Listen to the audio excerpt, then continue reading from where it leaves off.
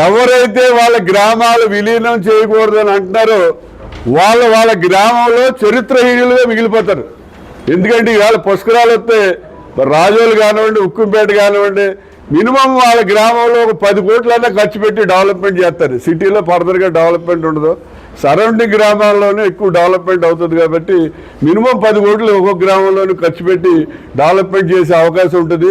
మరి ఎవరైతే కోర్టుకి వెళ్ళారో వాళ్ళకి నేను ఒకటే రిక్వెస్ట్, అయ్యా మీరు చరిత్రహీనులుగా మిగిలిపోకండి, మీ గ్రామం కూడా అభివృద్ధి చెందాలంటే మీరు తక్షణం కోర్టు నుంచి విత్డ్రా చేసుకోండి.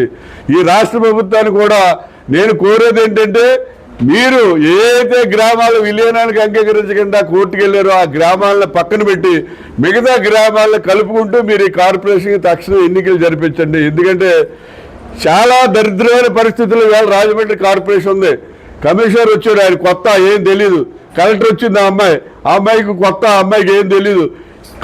మనకి ఈ పుష్కరాలు సవ్యంగా జరగాలంటే సీనియర్ ఉన్నటువంటి అనుభవం ఉన్నటువంటి వాళ్ళు కార్పొరేటర్లుగా రావాల్సిన ఆవశ్యకత ఎంతైనా ఉంది. కాబట్టి తక్షణం జరిపించండి. కనీసం జనవరి ఫిబ్రవరిలో స్థానిక బాడీలు సంస్థల ఎన్నికలు జరిపిస్తున్నామని చెప్పి మీరు చెప్తున్నారు. ఆ జనవరి ఫిబ్రవరిలో అన్న స్థానిక సంస్థలు అంటే పంచాయతీలు, ఎంపీటీసీ, జడ్పీటీసీ ఎన్నికలతో పాటు ఈ కార్పొరేషన్ ఎన్నికలు కూడా జరిపించమని చెప్పి కోరుతున్నాం.